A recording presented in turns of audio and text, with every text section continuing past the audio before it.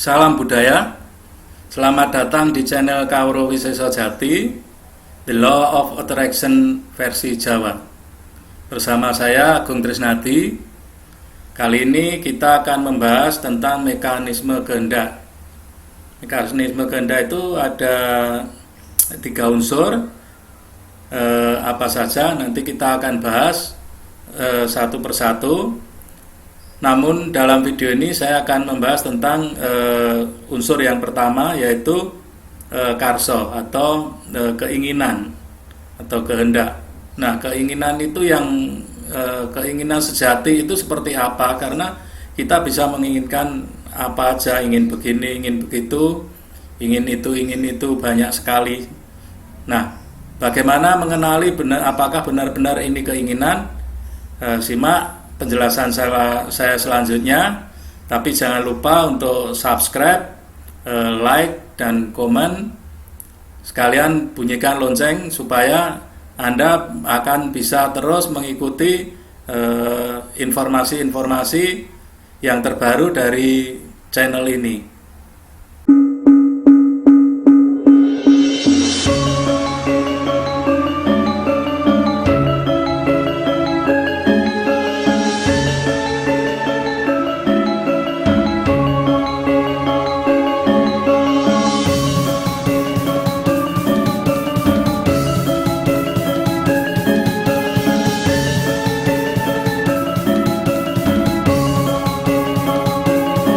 Kalau kita perhatikan di media sosial itu, terutama di kalangan yang praktisi LOA atau Law of Attraction, banyak sekali membuat atau menyampaikan keinginan yang ditulis di status mereka. Jadi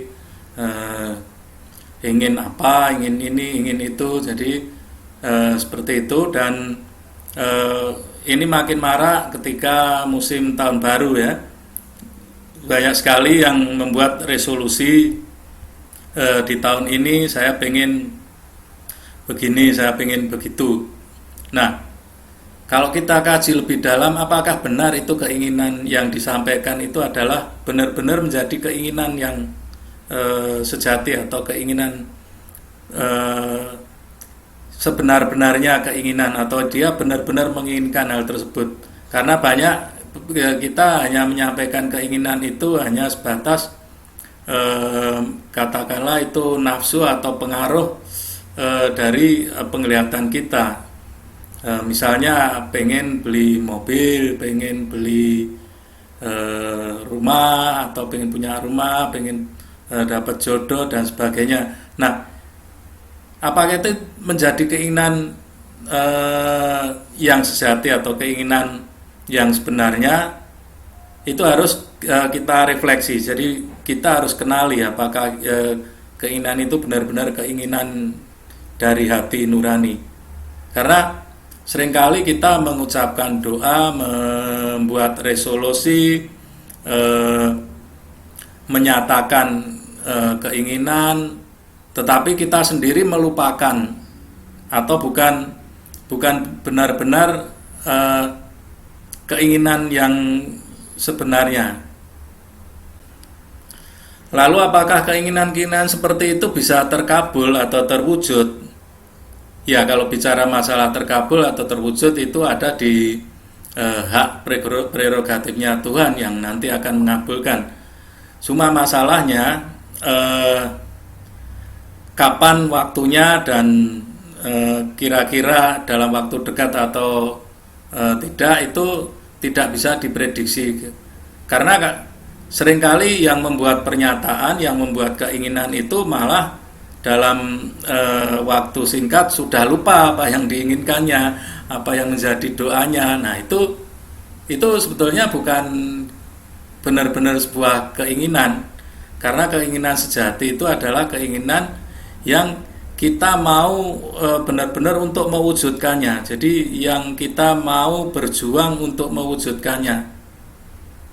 Kalau saya analogikan seperti kita haus atau lapar, itu kan kita ingin makan, ingin minum, itu nggak bisa ditunda, itu harus segera diwujudkan. Dan kita akan berusaha mencari makanan atau minuman untuk mewujudkan keinginan kita. Jadi semacam itu. Kalau keinginan tanpa dibarengi rasa atau tanpa dibarengi dengan emosi, itu akan sulit sekali atau mungkin waktunya akan panjang untuk bisa terwujud.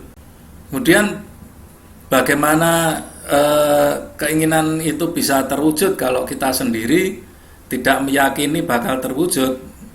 Kita berdoa, misalnya saya berdoa besok saya pengen dapat 200 miliar, tetapi saya sendiri tidak bisa meyakini apakah besok saya dapat beneran atau tidak.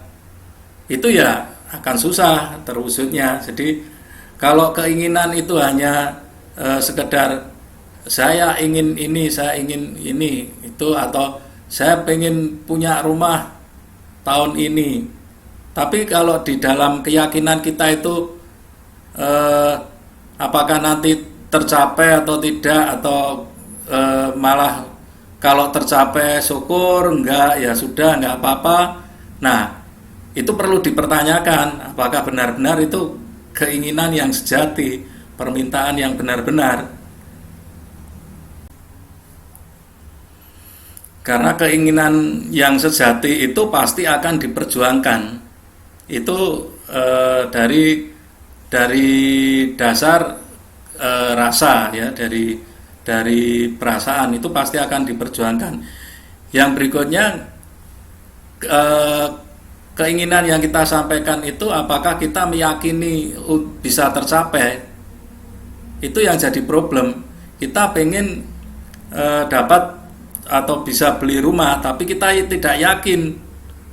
Kalau kita melihat kondisi sekarang kayaknya kok susah, tapi saya pengen beli rumah. Nah, itu akan susah terwujud. Kenapa? Karena Anda sendiri tidak yakin. Kalau Anda tidak yakin, ya bagaimana Tuhan bisa mengabulkan? Karena akan meragukan, ini beneran enggak sih kamu doa minta ini? Nanti jangan-jangan kalau dikasih yang lain mau. Nah, macam itu. Karena sebuah keinginan itu tidak ada substitutnya, tidak ada penggantinya. Kalau saya pengen rumah, ya gambarnya harus jelas. Tidak bisa. Nah, kalau misalnya diganti mobil aja gimana gitu, ya udah nggak apa-apa. Nah, itu bukan keinginan yang sejati. Jadi keinginan yang sejati itu diyakini dan itu benar-benar diperjuangkan untuk bisa dapat. Jadi tanpa memikirkan risiko kesulitannya, tanpa memikirkan resiko perjuangannya, itu benar-benar diinginkan dan diperjuangkan untuk terwujud. Nah, itu baru keinginan yang sejati. Keinginan atau goals atau impian atau dream yang sejati itu kalau saya analogikan seperti ketika Anda bertemu lawan jenis, ketika Anda jatuh cinta. Kalau jatuh cinta itu kan nggak memandang lagi apakah Anda pantas atau enggak dapat dia, atau kira-kira diterima atau enggak, terus susah atau enggak. Itu kan enggak, pasti akan berpikir gimana ya saya bisa mendapatkannya, bagaimana caranya, dan selalu berjuang untuk mendekati dan supaya bisa terwujud untuk mendapatkan cinta orang yang dituju. Nah, semacam itu juga keinginan. Semakin hari berusaha untuk semakin mewujudkan. Jadi keinginan yang sejati itu seperti itu. Keinginan, harapan, dreams atau goals itu bukan berharap keajaiban.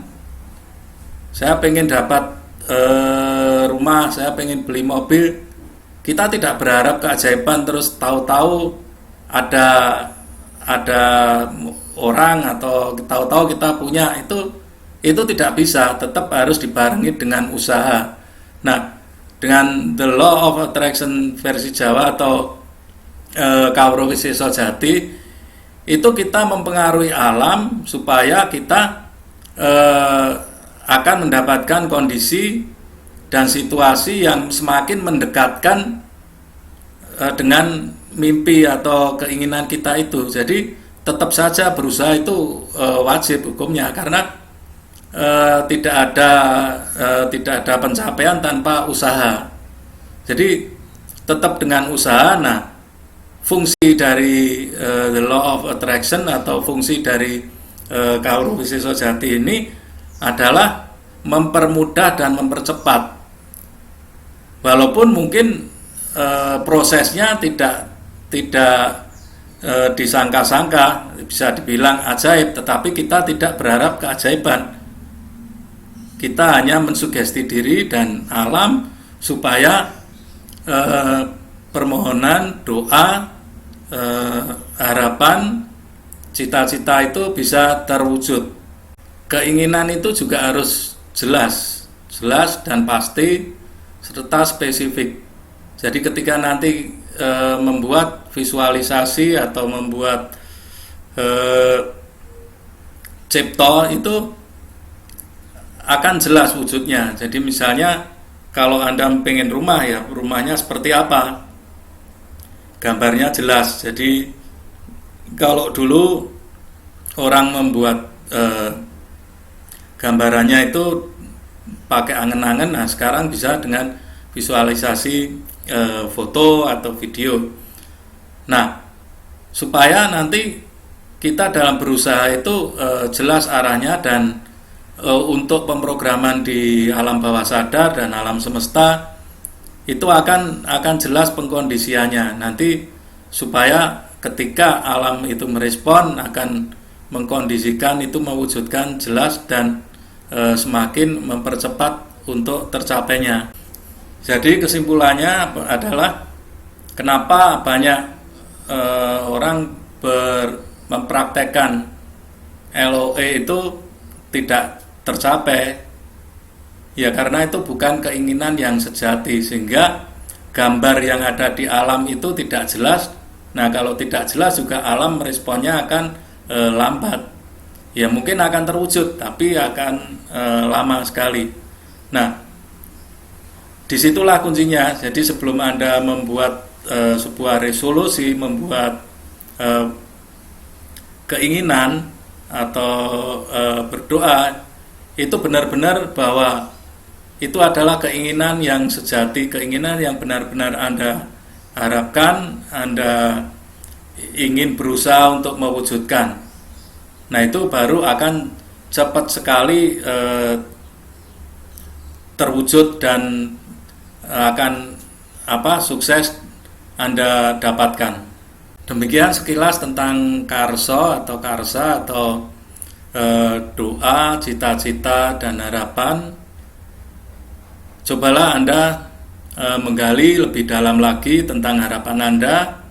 Apakah benar-benar itu harapan yang sejati, harapan atau doa atau keinginan yang benar-benar sejati, yang Anda benar-benar ingin berusaha untuk mewujudkan, walaupun apapun risikonya, apapun kesulitannya, apapun perjuangannya. Nah, Anda bisa menggali sendiri dengan bertanya pada diri sendiri, kira-kira kalau saya tidak mencapai gimana? Nah, kalau tidak tercapai, kalau Anda masih ada toleransi, kalau tidak tercapai ya sudah. Kalau masih ada substitusi, bisa diganti dengan ini. Nah, itu berarti belum menjadi keinginan yang sejati Anda. Oke, begitu tentang karso atau keinginan yang sejati. Kita akan bahas lebih dalam lagi di video-video selanjutnya. Jangan lupa subscribe, like, komen, dan bunyikan lonceng supaya Anda masih tetap bisa mengikuti video-video terbaru. Saya Agung Trisnadi, salam budaya.